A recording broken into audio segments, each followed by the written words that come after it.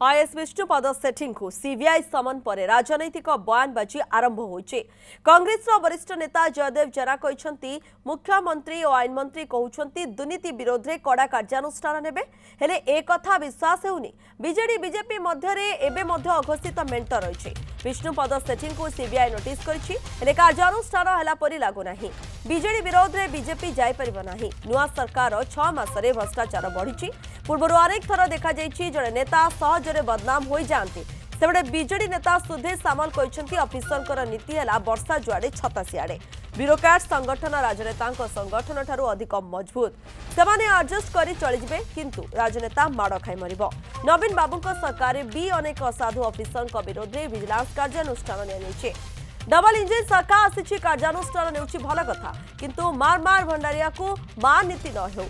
Case विचार पाई तारीख पर तारीख न गड़ू। सेपटे बीजेपी विधायक बाबू सिंह कहते मुख्यमंत्री दुर्नीति प्रति शून्य सहनशीलता नीति। आईन मंत्री स्पष्ट कर सारी जो अधिकारी दुर्नीति कर कार्यानुष्ठान हेबो। नेता हुंतु कि अधिकारी जी दुर्नीति कर छड़ा जीवनी। 6 मास हेबो नुआ सरकार आसी। 24 वर्ष सरकार भ्रष्टाचार चरम सीमार पहुंची। साधारण लोकों सरकार आसी जो माने दुर्नीति करेंगे कड़ा कार्यानुष्ठान हेबो।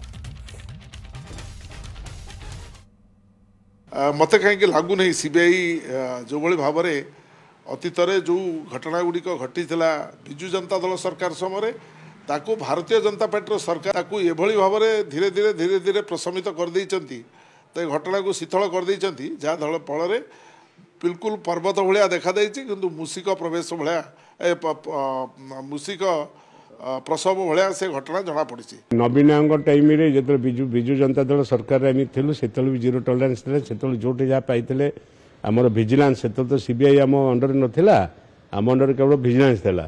तेणु विजिलेंस राज्य सरकार अंडर विजिलेंस था। विजिलेंस ट्रैप करके बहुत बंधाबंधी कराई। जो डबल इंजिन सरकार आसी मु बहुत खुशी हेबी जो जीरो टॉलरेंस टाक आम समस्त एक्सेप्ट करिया दरकार जे दुर्नीति मुक्त भारत दुर्नीति मुक्त ओडिशा रहू एवं जोटा मार मारे भंडारी उपर मारुछन सेटा को न जाई रियल कल्प्रिट के तांको धरिक जदि पुरेबे मु खुशी हेबी व्यक्तिगत भाव में। ओडिशा रे 6 मास हबो एक नूतन सरकार आसी।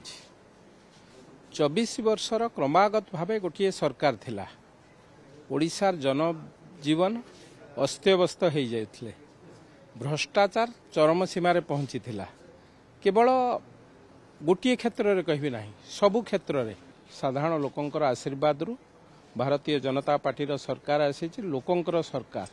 तेणु साधारण लोकंकर सरकार जितेबाला आसी मुख्यमंत्री मोहन चरण माझी घोषणा करिसंती ए सरकार जो माने दोषी हेबे जो माने दुर्नीति करिवे जो माने भ्रष्टाचार करिवे तांकर स्थान एठी नाही सीधा सड़क जेल रे।